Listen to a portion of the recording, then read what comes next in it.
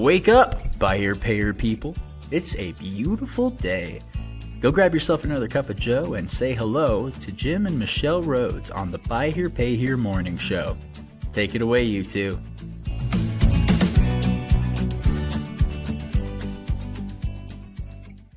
Hey. Good morning, everyone. Happy Wednesday. Yeah. Welcome to the morning show Yeah. and a White Hat Wednesday episode.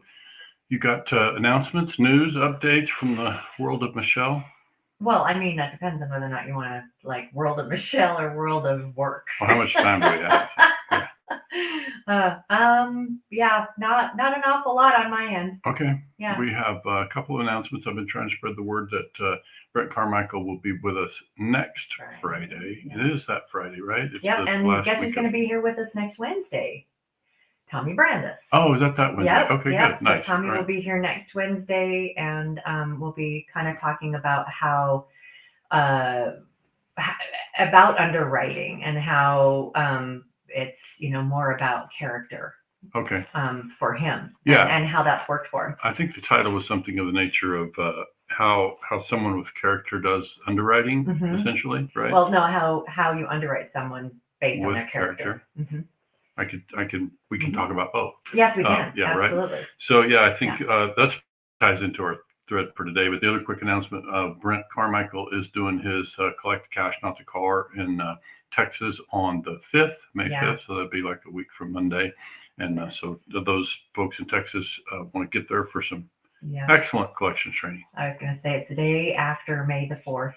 Oh, which to help those of you people who are, yeah, Star Wars nerds. Yep. Yes. Yep, there are a few out there. I'm quite close to a few. I tell the story of my family worked in the theater industry, Mhm. and my older brother, the one that passed this last fall, he and a friend were given permission to watch the premiere of Star Wars, the premiere weekend, all day long, and they watched it like 3 or 4 times and went to school, and no one believed him that he'd been able to. And back in the day, that was like mind-blowing special effects and all of that. Sure. So yes, different now.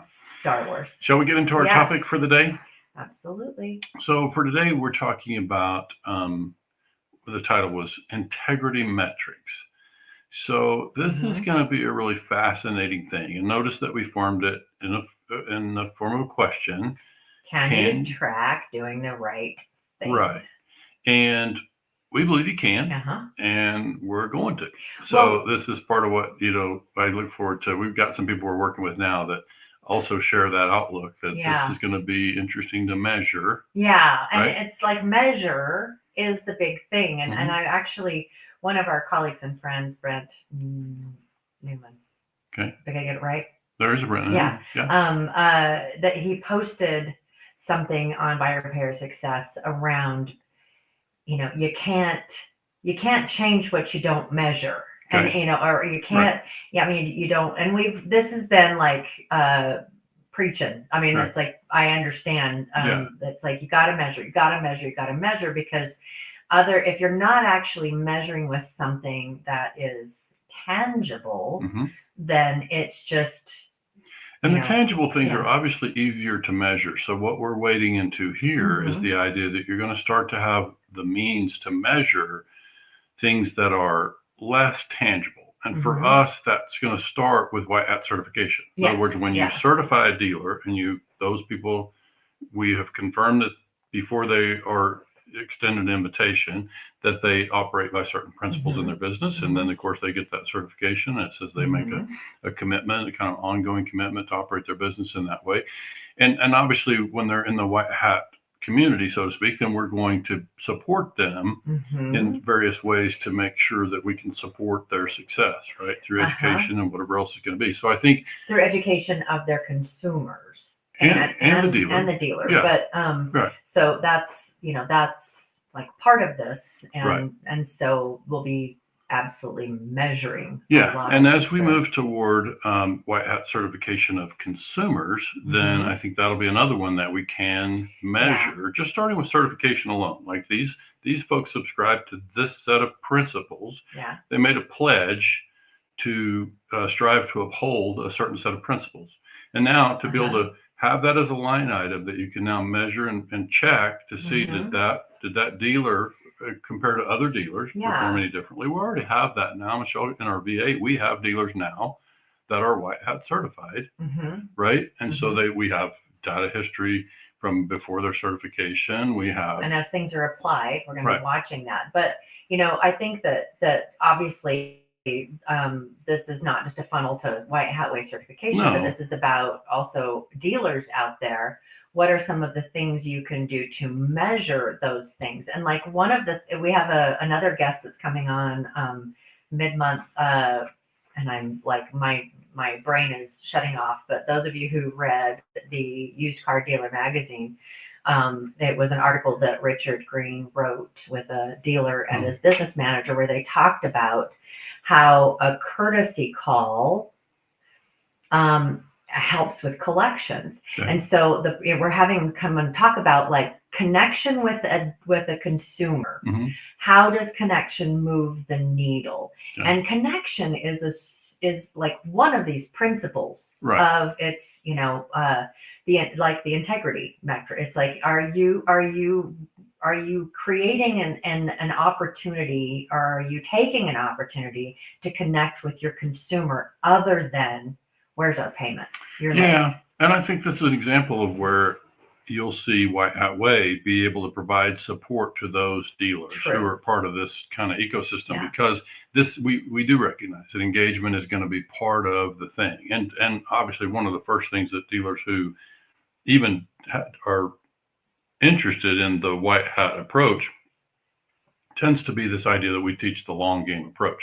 So I think, the reason the white hat certification is significant is near term, it's the first measurement that we have that can be a checkbox that allows us to measure the difference in operating in that way. Because we've seen in our career, certainly as I've been around it, we know dealers who have, certainly sustainability. Some of the dealers that have been around the longest are the ones that we see that operate from some sort of, I'll just call it caring for their customers. For today, we can just kind of put it in that bucket. Like, so it's really this thing about how much effort do you put into supporting, nurturing, and facilitating the success of your customer. Right. Then so that's where you start to really, because otherwise, how would a dealer measure that? Well, and the important piece is to look at where you're at right now, and all of the like what are your collection rates, what are your charge-off rate, at what point are people being repoed? I mean, it's just and really looking at your underwriting practices and all of that. One thing that I see that is it's kind of dangerous, because it still allows for a zillion assumptions from a dealer, is that they want to improve something and then they throw everything in the kitchen sink at it, and that can really skew what exactly is it that moved the needle. And so for one thing, if you're going to start tracking in your business how changing something affects your business, or affects, it's like so what we're talking about is like doing the right thing. So what are the pieces of doing the right thing? And that is, there are lots of different things that you can do around that, one of which, like I just mentioned, is developing a relationship or communicating with your consumers outside of, and that can be done a lot of different ways. So, I mean, it can be multiple pieces to a campaign to drive connection. I wouldn't add another thing to that for like 6 months, and then you add another thing and just watch to see how things are playing out with your because it's basically we're talking about it's tying back into the success of the consumer, which is the success of the portfolio, right? I think I'm only hesitant on the idea that I'm going to wait 6 months before I do more things that are going to benefit the consumer, just because you're right. But it's like, am I adding a customer relations and customer engagement element because I want to reduce my charge-offs. Yes, of course, that's a business reason to want to It's a engage straight your line customer. reason to do that. It's a straight line deal, which Mhm. can affect profitability and cash flow and all the things Mhm. in my business. I think what I'm really referring to is, um, we want to be able to measure whatever would be the things that we implement. So I think Mhm. that's your main point. Is like if you implemented 3 things at one time Mhm. and something improved, you Which one do wouldn't you, be able to know for that's sure that which one yeah. contributed to the progress, right? So let's, if you don't mind, it's because when we talk about metrics, Mhm. it's like something that can be measured. So where would you find improvement for integrity? Where would you find needles moving within a business? In our buy here, pay here business, Yes. it's going to be reflected in Google reviews, although that's problematic because you see people doing goofy things to move the needle on Google reviews, right? Mhm. So, but it's one But it's it one is element. one element, and it's Then also one of the things that we, for recertification, that we are going to be looking uh-huh. at. Yes. Then it would be surveys of actual customers who Mhm. were in the system. Mhm. Then it would be a measurement of repeat and referral business. I think that's going to be a big one. I think you're going to Yes. see dealers who are white hat certified and who are operating with high integrity are going to see a higher percentage of repeat and referral deals. Absolutely. Okay, so that would be Absolutely. a big one for me that I would be looking at. And then it would just be charge-off rates. I think because if we provide support to the customer and we genuinely have an interest in their success, Mhm. then that would be reflective of there's the flexibility component. This is why it's kind of hard to measure any one piece of this, Mhm. and this is why you start with some sort of label, if you will. None of us really like labels, but this idea that we have a badge that Mhm. says this is what makes us different. And Mhm. so if you just start simply with the dealer operates under these practices, here's the thing. As coaches, we've done this for a long time. Even if you have a white hat certified dealer, Mhm. we don't own the dealership. It still, Mhm. bears the dealer's name. So it's still going to be up to them to operate their business, and they won't all do business exactly the same. But what you will be able to say is this: out of this group of 10 dealers, these 3 or 4 bear this certain badge or this identity, and you'll now be able to measure those Yeah, and different measure results. how their business Mhm. uh, Performs, which performs. is, Brent Carmichael. I always think about Brent Carmichael now when I use the word perform because he just kind of chuckles like performs how, like what performance? Exactly. Yeah, but it's like Exactly. there's a lot of different metrics we could. But you just asked me for ones, and I Mhm. would be looking at Yeah. charge off rates, Mhm. right, based on the metrics that we use, and there are many of them. Mhm. But then the other one I think is most significant is when we're winning repeat and referral business. That says a lot about how we're conducting business. Well, and for dealers that we talk to, and we'll talk to Tommy about this Mhm. because he's got uh, people in his book of business, customers that have been with him for Multiple 30 generations. years. Yeah, decades. And then there's other generational pieces to that. And so, that, and we all know that it costs a lot of money to acquire a new customer. Mhm. I mean, and it just costs every dealer out there. It's Sure. like, yeah, it does. It costs an awful lot of money Right. to acquire. And so what's the difference between a repeat customer and Mhm. and acquiring a new customer? Right. And so right there, it's like, if you want to look at hard numbers, that if you were to say, if I were able to not necessarily increase sales, but increase the amount of people that are repeat or referral customers Mhm. by 5 deals a month. Right. How much that moves the needle. And that's not a ton considering that That's a big number. If you do 5 a month, I mean, it depends obviously on the Mhm. dealer's typical volume, but 5 a month is pretty substantial. That's Mhm. the difference between that customer staying on the books Mhm. versus losing them. It's a pretty significant impact. Well, but it's doable. Oh, sure. Yeah, that was my point, Yeah. that it's significant and it's doable. Right. So the next part of that is it's not about, if you're looking at repeat and referral, it's not about your underwriting and it's not about your marketing. Right. And it's not about your lead flow and it's not about your sales team. It's not about these things that so many dealers are like chasing. This is and it's an important piece. Yes.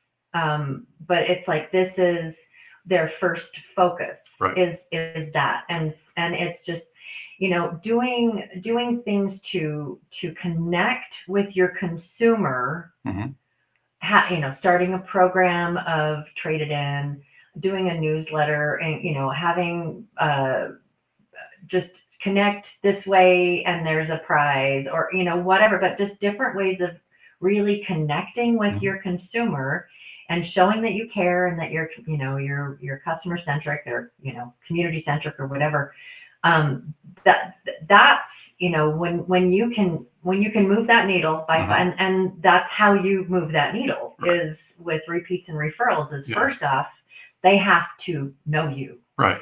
And then they learn to trust you through experience and like you. And once you've reached that and the known, liked, and trusted with your current book of business, it's a lot easier. Yeah, for sure. To get them to do that. I'm going to put one more thing on the table around this. Is something that we will be able to measure going forward. And we're many months out on this, but I haven't really socialized, Michelle, that we're going to build a white hat CRM. Okay, so let me explain what that means. So it doesn't mean like when you say that, it's like I hear all these people are like, they're what? What? They're going to become it's so let me just it's really a way for us to measure and to verify something that I have kind of suggested strongly in our space. And this is only available to white hat certified dealers. Correct. Yeah. So this is something, but what we'll be able to measure in that is when we take what I'm calling a white hat approach to lead management and pre-purchase engagement, let's call it, then we'll have lots of things we can measure to find out if that converts any better. We'll all the measurements that would typically be lead conversion, all those metrics on the front end of a purchase. But then what's more important is you'll be able to tie then that customer who comes through that channel and lands at a dealer and perhaps they become white hat certified as a consumer. We'll be creating an online solution for a dealer or for consumers to become white hat certified. So now Which imagine is all about education about all the how a loan works and and so following through on your commitments. Right. So this is what Way brings to the thing and a way for us to measure.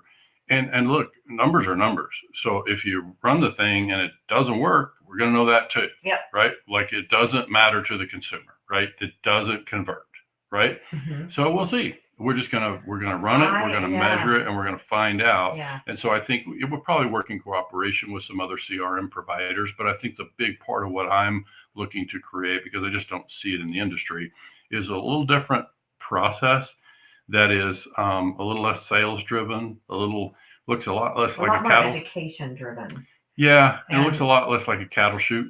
It's kind of the way I think about it. Like it's going to be. You'll see a different level of interaction and engagement with that dealer or with that consumer, and so it'll be fine. It'll be a good thing for us to test, and we'll be able to test it through our white hat certified dealers out there in their markets, and just be able to see does it convert any differently, and then ultimately does the customer who does convert, especially those who would become certified themselves in some capacity, then does that perform better in the end? Like this is where integrity metrics start to really come into play. And so that's why we formed a phrase or the way of a question today. It's like, these pieces are not there yet, but this is part of what you can see White Hat Way do. And this is how you begin, because we talk about with our dealers, look, and we said it in the certification course, like, look, this White Hat Way thing is a nice, warm and fuzzy thing to talk about. It feels good to talk about it, but will it make a difference? Can we make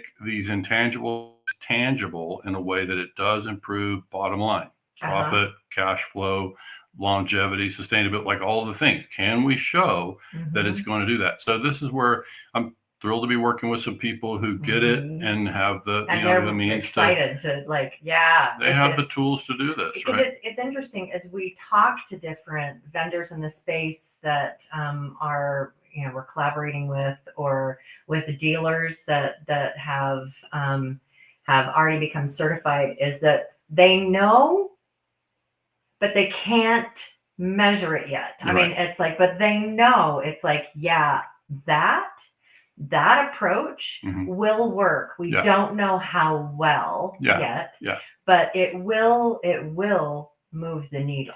Well, and that's evidenced by the number of people that are stepping in, right? We have people that are kind of, we'll call them ancillary sort of providers, or and so we refer to them really as affiliates. Like they're people who are on the fringe of the industry. Sometimes they're looking to break into the industry, and when we describe what it is that we're doing with the White Hat Way movement, they get pretty energized around that, and they see the opportunity there. And so I think it's just a matter of now it's just a matter of measuring it. Like, as we move forward, and of course it helps that I'm starting out as a numbers nerd, right? So we'll have our analytics. We're just going to need to make sure we're thoughtful about the way we set up our calculations. Absolutely. And I want to circle back a little bit to education for the consumer.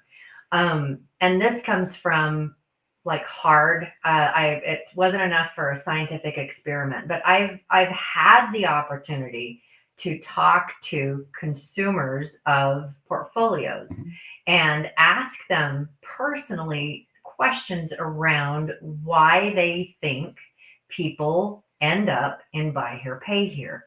And, I'm looking forward to kind of turning that more into doing some surveys. And we've talked about that for quite a while. And that is still very much so on the burner with surveying people.